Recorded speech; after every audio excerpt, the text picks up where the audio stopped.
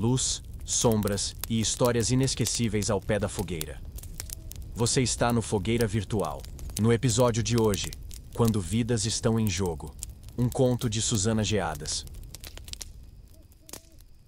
Observava a parede da sala, transformada em um quadro de investigação criminal. Fotografias, recortes de jornais, capturas de reportagens, anotações. Tudo interligado por um fio vermelho, o fio do meu raciocínio. Desde pequena sabia que queria ser detetive, como meu pai. Ele era da polícia judiciária e trabalhava em Sintra, onde morávamos. Sempre que trazia trabalho para casa, eu espiava curiosa. Minha mãe se horrorizava, mas meu pai se orgulhava do meu instinto aguçado. As cenas do crime se desenrolavam diante dos meus olhos, como se eu assistisse a uma série de TV. Ele me mostrava provas, lia interrogatórios, testemunhos. No final, eu sempre acertava quem era o culpado. Virou um jogo entre nós. Aos 35 anos, tornei-me detetive em Sintra. Meu pai faleceu, mas ainda discuto as provas com ele. Sei que me escuta e me guia. Em 10 anos de trabalho, meu instinto nunca falhou. Pelo menos, não até aquele dia. Meus colegas analisavam as provas. Nada indicava crime, apenas acidentes. Mas 3 casos em 3 semanas? Algo estava errado. O primeiro acidente foi na estação de trens de Sintra.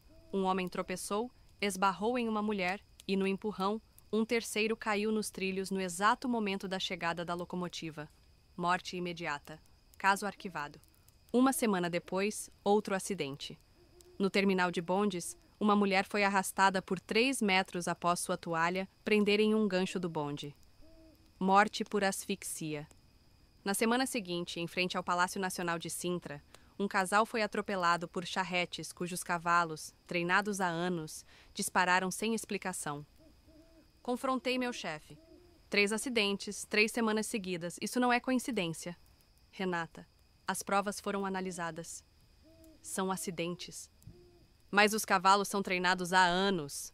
Agora, do nada, entram em pânico? Precisamos reabrir os casos. Não vamos perder tempo com seu instinto. Os casos foram arquivados. Mas continuei a investigação. Pedi a um veterinário que examinasse os cavalos.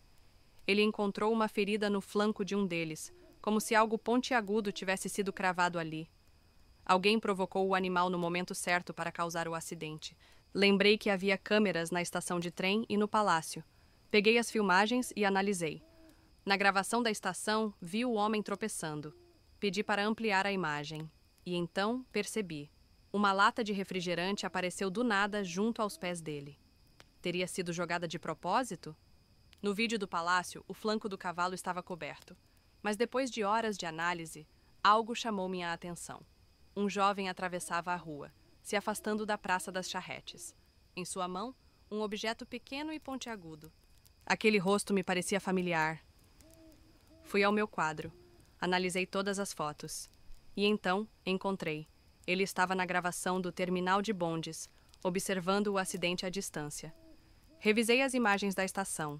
Lá estava ele, passando ao lado do homem que tropeçou. Levei minha investigação ao chefe. Ele me deu 48 horas para provar minha teoria. Recebi uma equipe de 5 policiais à paisana. Patrulhamos Sintra, atentos aos transportes públicos e pontos movimentados. Foi numa dessas rondas que o encontrei. Segui o suspeito até o terminal de ônibus.